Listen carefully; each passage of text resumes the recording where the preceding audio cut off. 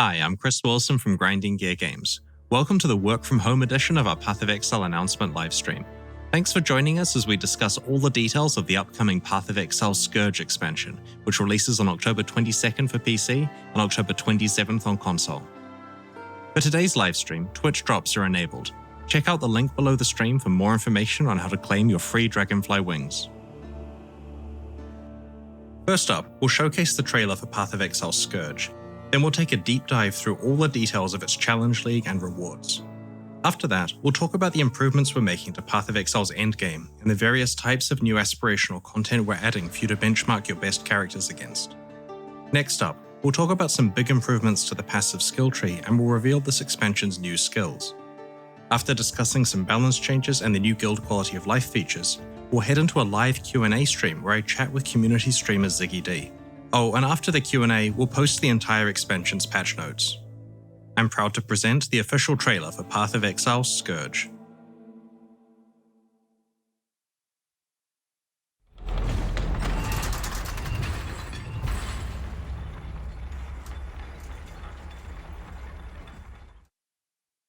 The day the demons found our world, the innocent were first to die.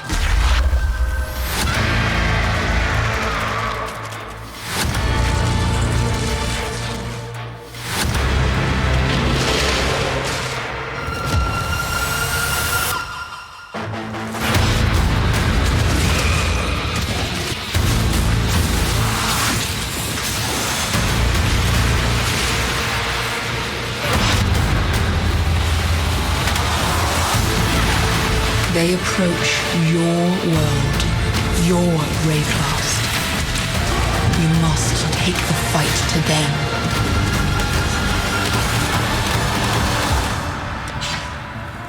Embrace the power of chaos.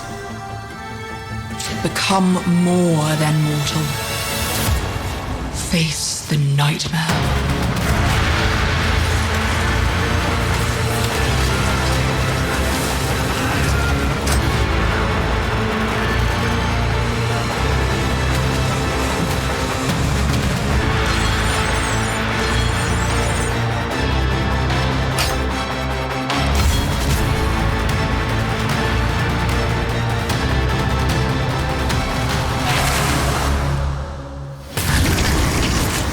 They are ravenous.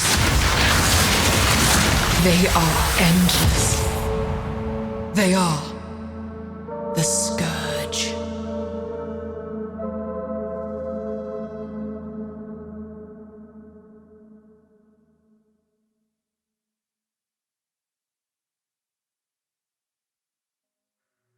The Path of Exile Scourge expansion contains a lot of new content and features that we'll reveal to you today. Let's start with its namesake, the Scourge Challenge League. Upon leaving Lionai's Watch, you're startled by a figure appearing out of nowhere, trying to escape from something you can't see. She hands you a rusty-looking device called the Blood Crucible and urges you to implant it into your body. As you play through each area in the Scourge Challenge League, the Blood Crucible fills with the blood spilled by monsters you have slain. Once it reaches a certain threshold, you're able to activate the device. This will instantly thrust you into a parallel reality, an alternate Wraeclast where some form of apocalyptic event is occurring. This Wraeclast is overrun by demons known as the Scourge. They're powerful, dangerous, and come in many forms. The more blood you have collected, the longer you can stay shifted into the parallel Wraeclast. But the longer you stay, the more damage you'll take. When the Crucible's blood runs out or you choose to shift back, you are instantly returned to your original location in our Wraeclast to continue your journey. So why enter an alternate reality to fight a horde of ravenous demons? The answer to that question is exactly what you expect from Path of Exile. You're not there to save the world, you're there to find cool items. You can put an item inside the Blood Crucible. While you are killing the Scourge, it absorbs corruption from the alternate Wraeclast and focuses it onto the item. After enough kills, your item is ready to transform. When it does, it becomes corrupted and gains a pair of Scourged modifiers. One of these is a beneficial mod and one is a detrimental mod. These Scourged mods are in addition to the regular explicit and implicit mods or enchantments on the item. There are many powerful beneficial mods available that can really improve your item. The detrimental mods can significantly raise the requirements of the item, penalize your character's stats such as resistances, or outright turn off various mechanics like the ability to deal fire damage or gain charges. The goal of the transformation process is to get a beneficial mod that makes your item a lot more powerful, while also rolling a detrimental mod that doesn't hurt your build much or at all. But if you get a combination you're unhappy with, then your item is not ruined. By putting it back in the Blood Crucible and killing even more monsters in the alternate Rayclust, you can transform it a second time, potentially getting a better pair of mods that overwrite the first. Equipment can be transformed up to 3 times, and each time it guarantees a minimum tier of beneficial and detrimental mods equal to the number of times it has been transformed. By the 3rd tier, you can start to get some very powerful effects. The Blood Crucible works on already corrupted items, so it's possible to add Scourged mods to items that you thought couldn't be improved any further. Talking about corrupted items, you're going to need a way to modify their sockets. While in the alternate Rayclust, you can find Tainted Chromatic Orbs, Tainted Jeweler's Orbs, and Tainted Orbs of Fusing, which work exactly the same as their regular counterparts but can only be used on corrupted items. Tainted Orbs provide a significantly easier and cheaper way of modifying the sockets on your corrupted items than the crafting bench does. While it's obvious that Scourged items can be among Path of Exile's most powerful endgame equipment, it's worth considering the huge impact that good Scourge modifiers can have on your run through the campaign. In our testing, we often manage to Scourge items that are far more powerful than leveling uniques.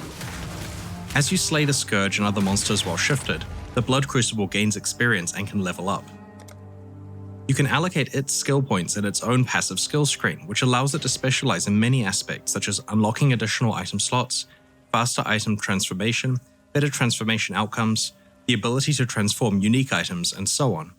It's possible to eventually allocate every single one of the Blood Crucible skills, but it requires a lot of demon slaying.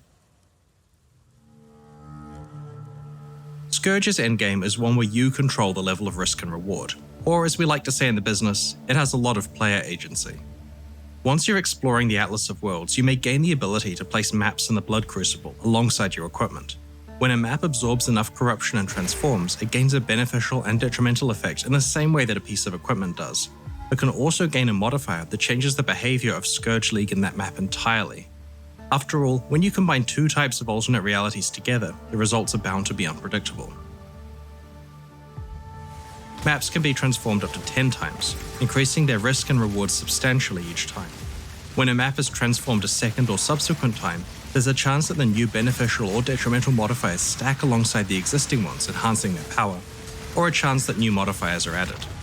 Be careful not to transform your maps too many times, of course, as they may become too dangerous to complete.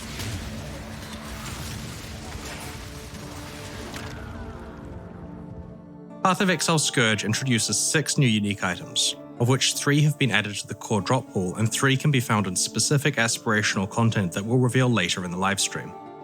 Ul-Natal's Vow is an amulet that effectively enables you to turn any 6-linked body armor into a 7-link. Support gems you socket into this amulet apply to skills in your body armor. While specific mods on items have allowed players to create 7-link skills in the past, this amulet lets you choose whatever support gem you want, including corrupted or awakened ones. It's only possible to find this unique item in specific content that we'll reveal later in the livestream. The new Mageblood belt is one of the most powerful unique items to ever exist in Path of Exile. It permanently enables a number of your utility flasks, providing their benefits constantly with no work required on your part. This belt means that regardless of what your build is, you'll sustain your utility flasks during 100% of gameplay, even long boss fights. Mageblood is in the core drop pool and is exceptionally rare. Early next year, we will release a huge overhaul of Path of Exile's Atlas of Worlds endgame in the 3.17 expansion. In the meantime though, our October Scourge expansion introduces a bunch of changes that speed up how quickly you can set up and progress through your Atlas. We're also introducing more types of ultra-challenging endgame content for top players who want to put their best characters to the test. In order to substantially shorten the length of the Atlas grind, we've reduced the number of regions from 8 to 4. This implicitly reduces the number of watchstones required from 32 to 16. We have also reduced the number of maps on the Atlas, so it's now approximately 100 plus the unique maps. We've rebalanced the bonuses for completing content so that by the time your Atlas is fully unlocked, you'll receive a slightly higher level of benefit than you did before. Because the number of regions has been halved, so have the number of Atlas passive trees. There are now 4 plus the Uncharted realms. We've made each tree slightly larger and removed some less frequently used or duplicated skills. You'll still be awarded the same number of Atlas passive skill points as before. With these changes, each map you play constitutes far more progress than it previously did. About half as much work is now required to reach Path of Exile's ultimate endgame. We've made some other changes to streamline the endgame also. For example, now when you unveil a modifier, all tiers of that modifier are immediately unlocked at the crafting bench. This applies to every veiled modifier, including the very rare ones. Many of Path of Exile's past leagues have an endgame component that is designed to challenge the best players with the best builds. Over time, more and more of Path of Exile's experienced players have managed to defeat the game's hardest content. Our most difficult endgame content doesn't pose as much of a challenge as it once did. In the Scourge expansion, we have added a set of new aspirational content, uber versions of Breach, Blight, Legion, an extension to Delirium's Simulacrum, and a revamp of Delve. Breach's endgame involves running Breach Stones, which can be placed in the map device to open portals to a Breach Lord's domain. For each Breach Lord, there are currently 4 tiers of Breach Stones, and you can upgrade between them using blessings. Path of Exile Scourge introduces a new tier, Flawless Breach Stones. These can't be obtained via blessings, but are instead found in the Maven encounters where you fight the Breach Lords in their most challenging forms. These Flawless Breach Stones require a substantially more powerful character to complete, but have rewards appropriate for their difficulty. Existing Breach Stones now have 2 random modifiers, from a pool that doesn't include build disabling ones, such as not being able to leech, and the new Flawless Breach Stones have 4 of these modifiers, which represents a significant jump in difficulty. They can drop special versions of the Grasping Male body armor, which has a specific fractured modifier themed around the Breach Lord of that domain. The Ulnatol's Vow unique amulet we revealed earlier can only be obtained through Flawless Breach Stones. All Breach Stones have been modified so that the items you earn from monsters are now dropped in a spiral at your feet when you complete or fail the event. In addition, rare monsters and Breach domains drop an additional random reward type, such as Scarabs, Maps, or Divination cards, with Flawless Breach Stones adding 2 additional reward types. All Breach Stones are far more rewarding than before. Blighted maps were previously our pinnacle Blight content and could be anointed up to 3 times to increase their difficulty and rewards. In the Scourge expansion, while you're playing Blighted maps, you may find a Blight Ravaged map.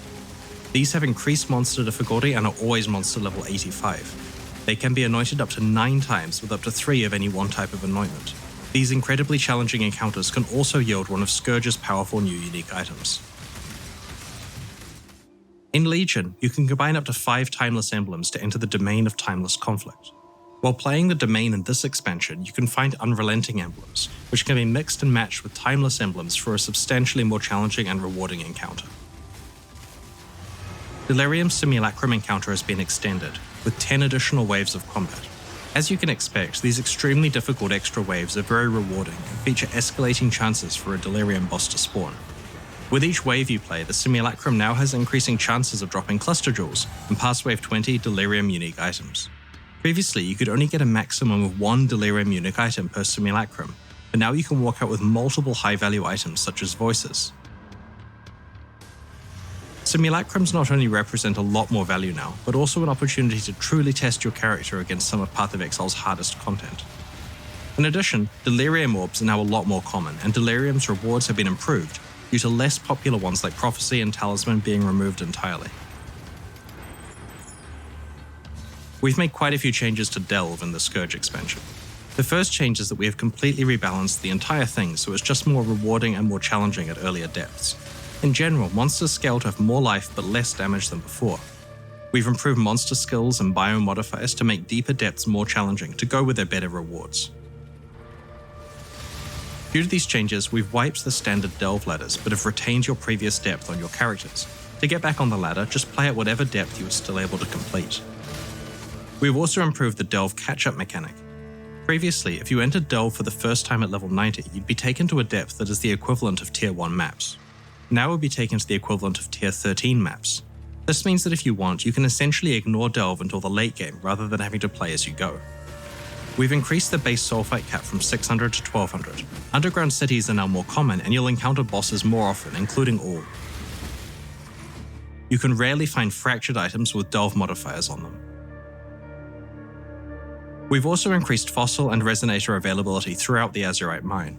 Fossil availability outside of delve has been reduced. All resonators drops are now chaotic resonators, with alchemical resonators not dropping anymore. We've also improved the least powerful fossils. It has been a long time since we've done a big rework of Path of Exile's iconic passive skill tree. The Scourge expansion includes quite a lot of changes, and before I list them, I want to emphasize that our goal here has been to keep the tree as similar to before as possible. All of your years of muscle memory will not be wasted. The tree will still feel like the back of your hand despite our changes.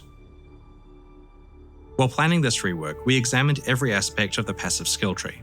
We reviewed and improved each of the tree's class start areas, we added new clusters of skills, improved existing ones, and concentrated power more directly on each skill's primary function.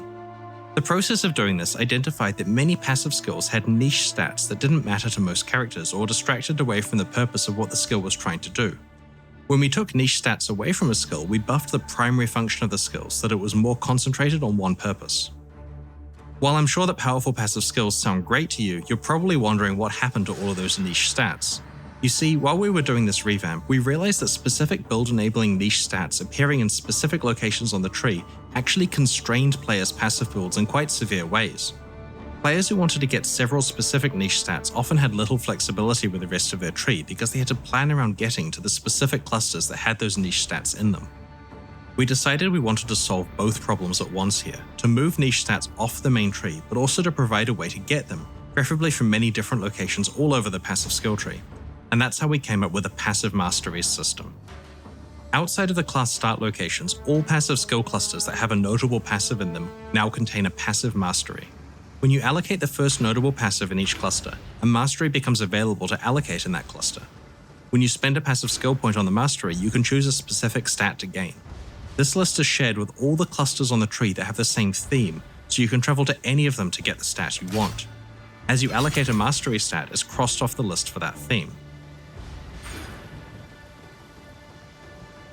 This mastery system has essentially let us add hundreds of powerful new notable passives that you can access from all over the tree.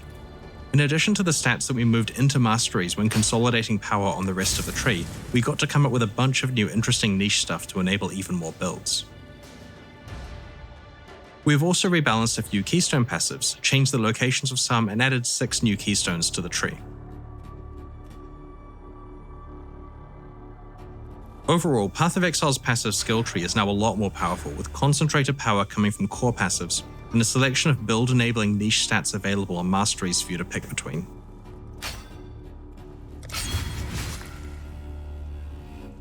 Path of Exile Scourge introduces a whole variety of new skill gems with many different purposes. 2 of them are new concepts unlike anything we have done before. These ones are designed to immediately create entirely new builds that have a lot of potential. There's also a utility skill that will help characters stay alive, a variation on an existing skill gem, and 6 new gems designed for party play. Let's go through the new skills. Energy Blade is a new skill that transforms your melee weapons into, well, energy blades.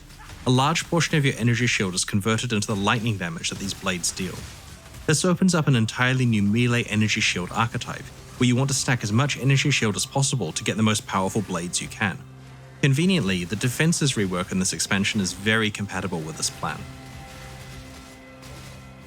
Temporal Rift is a new utility skill that allows you to rewind your character's state by 4 seconds.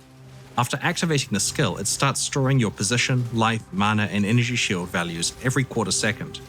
When you use the skill again, you will reround back to 4 seconds ago. The build shown here uses the Forbidden Rite skill introduced in the last expansion. This skill does a lot of damage, but also hurts the caster when used. Temporal Rift allows this player to snapshot their full life orb, cast Forbidden Rite a lot, and then revert back to full life to keep casting. Not only is Temporal Rift incredibly useful in hardcore mode for obvious reasons, or while exploring maps efficiently, but it also enables some interesting tricks with mana. Come to think of it, it'll be pretty cool in Delve as well if you don't mess up the timing.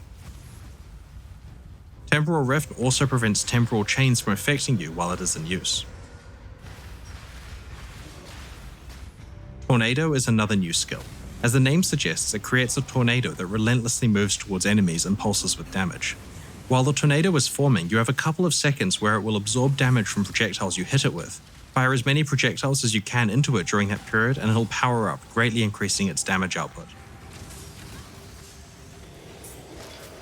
In the Expedition expansion, we introduced a skill called Explosive Concoction.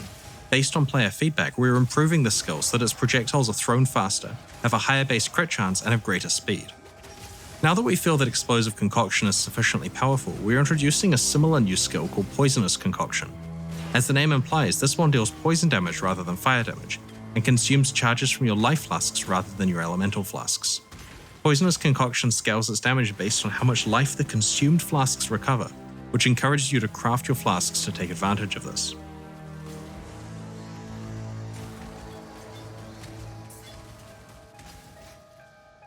It's quite rare for us to introduce skills that only work for party play, but in the Scourge expansion we've created a set of 6 that function in similar ways but do different things.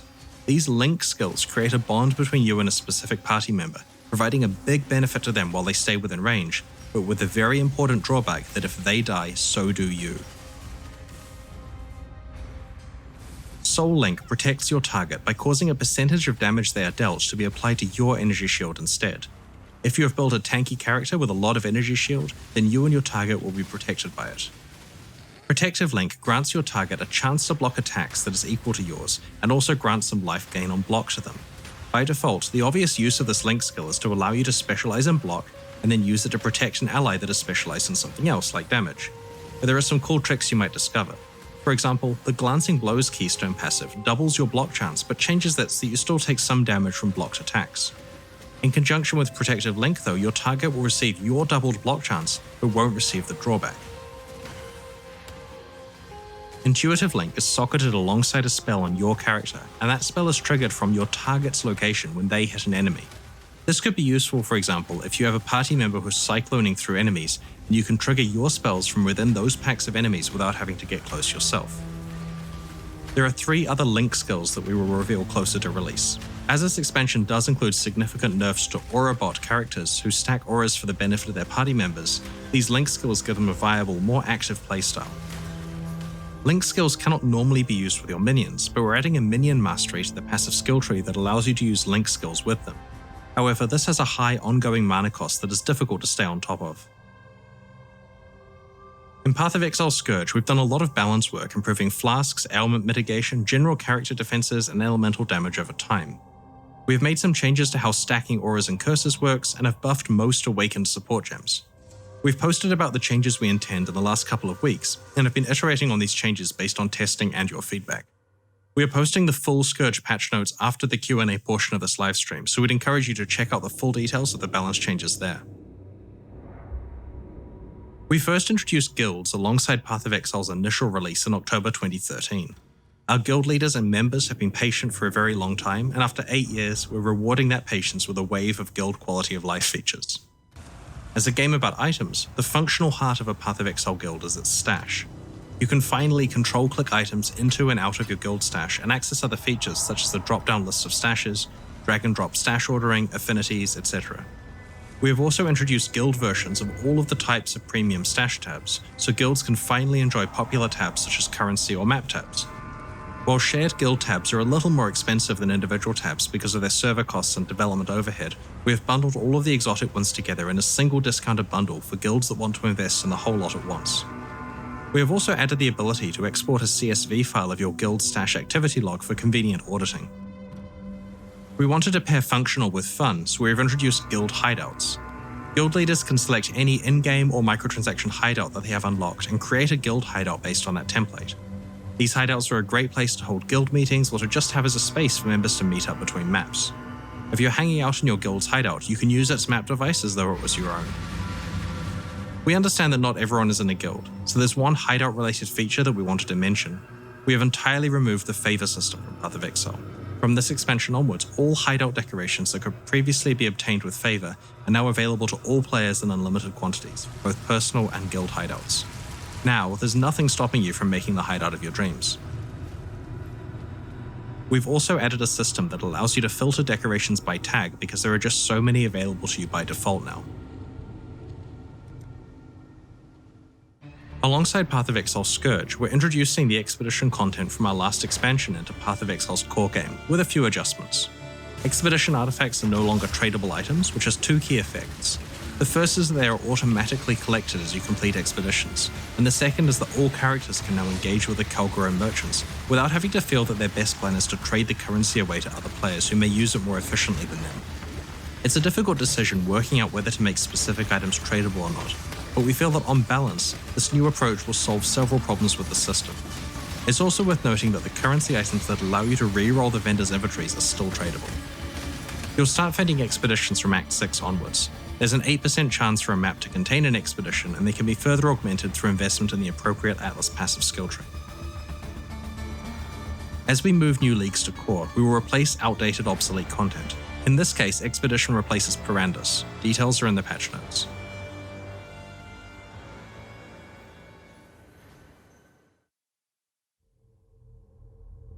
While clicking on items is a critical part of playing an action RPG, there's a fine line before it becomes a chore, and we're trying hard to make sure that clicks on items come with appropriate reward. Expedition artifacts being automatically picked up isn't the only improvement we're making to reduce unnecessary clicks in this expansion. In order to make sure that each stack of currency items is worth a click, we're trying out a system where currency items drop less frequently, but in larger stack sizes. For example, Scrolls of Wisdom in the late game might drop 1/10 of the time, but when they do, it'd be in stacks of 6 to 14. This means that the click that you will make will gain you a much more meaningful amount of currency at once. We have applied this to many different types of currency items, and the effect of the system gets larger as you get further into the game. In addition, we've had a look at instances where item drops happen simultaneously, and we've made it so that items that can drop in stacks will automatically do so. This includes at the end of delves, incursions, rituals, blight encounters, breachstones, and the simulacrum. We have also applied this approach to many chests and areas like splinter drops throughout Path of Exile.